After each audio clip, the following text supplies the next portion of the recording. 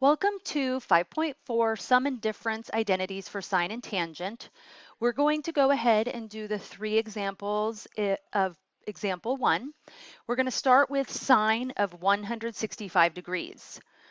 Anytime we're trying to find a trig value of an angle which is not a special angle, meaning it does not have a reference angle of 30, 45, 60, or quadrantal angle, we need to find two special angles that add to 165 degrees. One trick that I like to employ is to start with 45 degrees and figure out what is missing to get the other angle.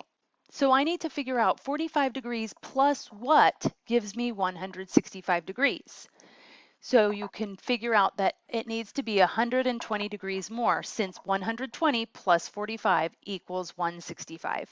Now we're ready to apply the formula for sine of a plus b, or the sine sandwich. So now the pattern is sine, cosine, cosine, sine, and the angle order stays the same: 45, 120, 45, 120.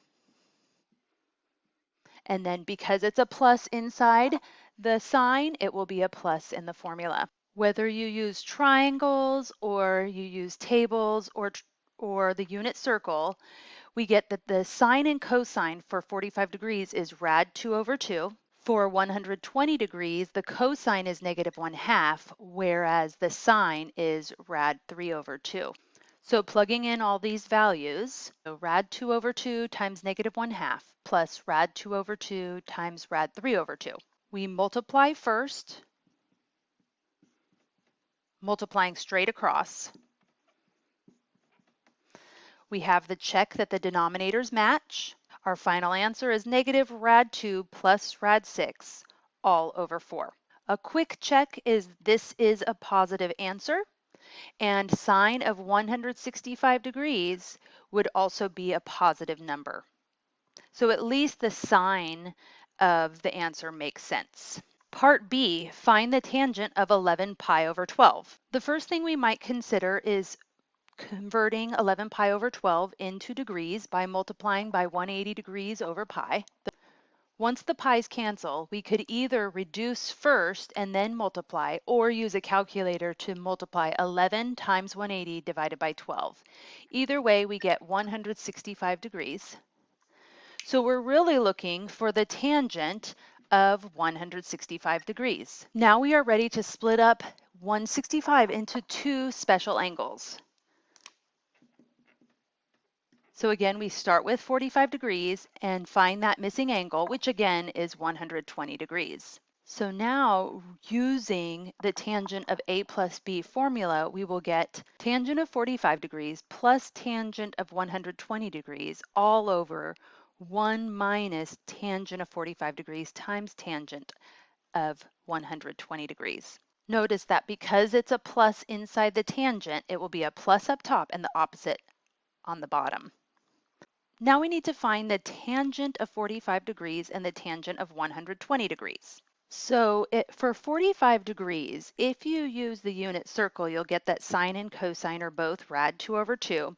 Whereas if you use the triangles, we have 1, 1, rad 2 as our sides, so the tangent will be just 1 over 1. Either way, if we do sine over cosine or y over x, we will get the tangent of 45 degrees is 1. For 120 degrees, I like to use a triangle. So for a 60-degree reference angle, our y value will be rad 3, our hypotenuse is 2, and our x value is negative 1. So y over x is rad 3 over negative 1, or our tangent is negative rad 3. Notice that if we would have done sine over cosine, we would have also gotten negative rad 3 because the 2's would cancel. Now we need to plug in all of those values into our formula. So the tangent of 45 is 1, and the tangent of 120 degrees is negative rad 3. Simplifying, we get 1 minus rad 3 over 1 plus rad 3. Now, this is an answer to the tangent of 165. However, we have a radical in the denominator. So we will go ahead and rationalize the denominator by multiplying top and bottom by the conjugate. So instead of 1 plus rad 3, we'll multiply top and bottom by 1 minus rad 3. So multiplying this out carefully, we get 1 minus rad 3 plus 3. In the denominator, we get 1 minus rad 3 plus rad 3 minus 3. On the top, we can combine 1 plus 3 is 4, and the two radicals combine. We have negative 1 rad 3 minus another 1 rad 3.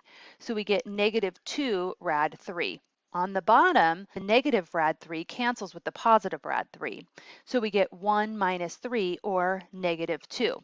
The reason why we multiply top and bottom by the conjugate of the denominator is so that in the denominator, the radicals will cancel out, with one being a positive and one being a negative.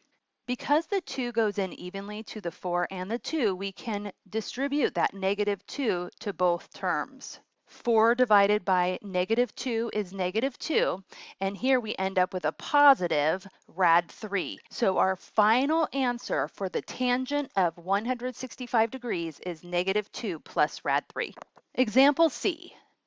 This is a good time to pause the video and see if you can match it with any of these patterns, the sum and difference identities. So I'm noticing sine, cosine, then cosine, sine is like a sine sandwich. And the signs are the same, so this is going to be like a sine of an a minus b, where my a is 7 pi over 12 and my b is pi over 4.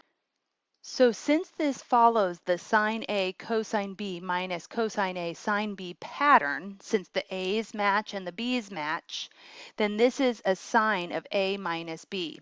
Therefore, our original statement can be written as sine as 7 pi over 12 minus pi over 4. So now we need to go off to the side and figure out what is 7 pi over 12 minus pi over 4. We need common denominators to be able to add and subtract fractions. So the common denominator will be 12. So I need to multiply this one by 3, top and bottom. Now I can subtract 7 pi minus 3 pi is 4 pi, and my pieces are twelfths. So 4 pi over 12 can be reduced to pi over 3. Therefore, this is the same as sine of pi over 3. Well, let's go ahead. Pi over 3 is the same as 60 degrees, so my sine value will be rad 3 over 2.